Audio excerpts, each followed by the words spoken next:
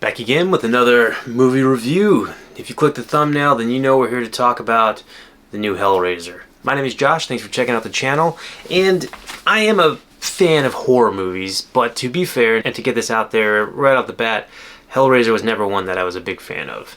Hellraiser, or pretty much any of the ones where it's more, they geared a little more towards torture porny, or just kind of really violent, horrible ways to kill people. It's not the biggest thing that I'm a fan of. I do like some, some pretty good gore and violence and stuff like that, but I like it to be purposeful, not the actual point. So, getting that out of the way at the beginning, that this movie and movies very similar to this one have never really been made for me, so my opinion is going to be a little swayed on that.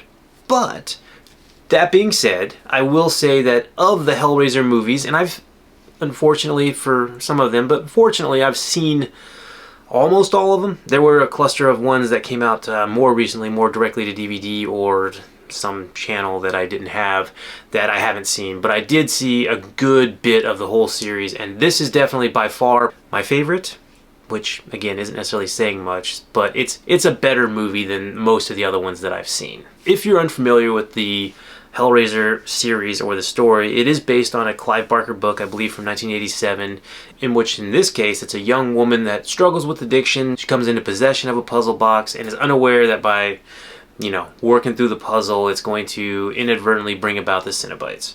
Basically, there's a puzzle box, you open it up. As you open it up, Cenobites come out and they take you to their hell dimension and perform horrible acts of pain but pleasure, kind of sensory overload. It's a lot of weird things that happen, which depending upon the type of horror that you like, it might be right up your alley.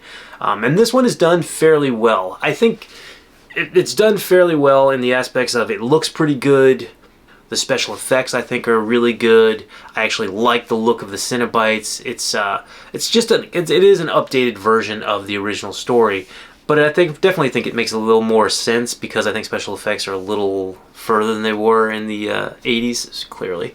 So I think it's able to show some of the ideas a little better. So like again, when a Cenobite comes for you, specifically the Hell Priest, you're kind of warped into a different dimension. And that's hard to come across. I mean, in the original one, they would definitely do a lot of opening walls and it would just be there. And they still do that in this one, but this one's also, it's kind of like you're in a dream state sometime, but you're in a different universe or dimension as you're getting pulled apart or tortured. The cast of characters in this one, you had your main person, Riley, and she did a fairly good job. She's the one that's struggling with addiction, and basically you get introduced to her and then her boyfriend and her brother and her brother's friends, and that's kind of your cast of characters that are going to be there. There's another looming person that's kind of important that I'm not going to really give away too much just because I don't want any spoilers here if you do want to go watch it.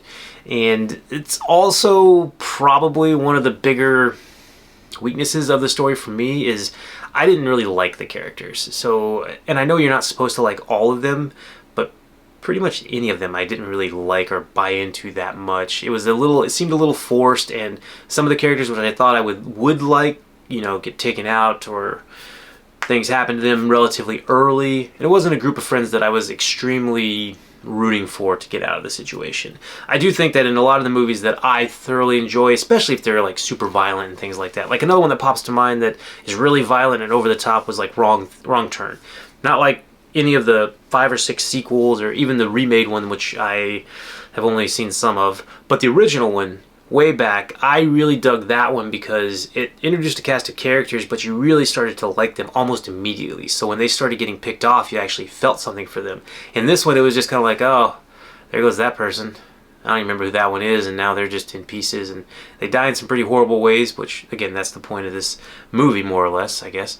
But I get it. It's a hard story to tell because you are trying to be very dramatic in the setting of it is a person that's been struggling with addiction, and what dynamic does that do with your family and friends, and they're not trusting you or believing you even though you think things are really happening. So there is some interesting aspects to that, but I just wasn't completely sold on a lot of the characters, not the acting. The acting they did fine. I will say one thing that I probably liked a little bit more were actually some of the Cenobites. I thought the special effects in these They really ramped it up a good bit. They did do a lot of practical effects, it seemed like, with the Cenobites at least. And I know there was a little bit of controversy over Pinhead, or the Hell Priest, being a female or, you know, not male, as in he was in the entirety of the other series.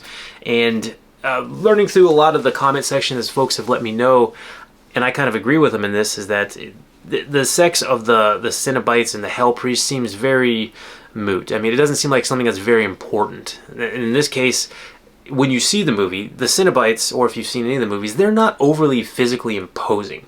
You know, it's not their overwhelmingly deep, dark voice and everything that makes it scary. It's the fact that they're coming out of the walls with chains all over the place, and they're just mangled and all torn up, and they're going to do that to you. They move slow. I mean, they've always moved slow. They move kind of like zombies, actually, but like the old school zombies. So they kind of go like that.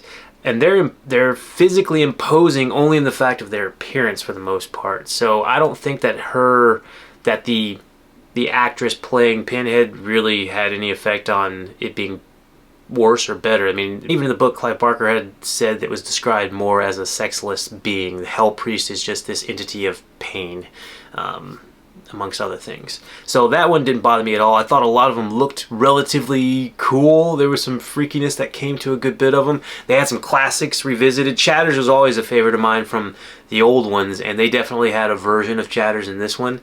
And I will say that how the movie kind of shifted gears in the third act, I did really like. I liked it a lot more than I did really the first two acts, which makes sense because you're going through the character development ish and struggles with the character and trying to find out what's happening, but then you get to this main set piece at the end, and there's a lot of twists and turns that kind of come through. Some pay off a little bit more than some of the others, where you're like, oh, that was set up this whole time, and you know, it kind of works. But for the story, I guess it's fine. And the setting of the last final showdown was pretty cool, and how it all came apart or came together, I do think was kind of neat. There was some little nuances in this one that I don't remember in the other ones about how to actually, you know, try and fight against the Cenobites as best possible, or, you know, working within the rules of the Cenobites and what you need to do.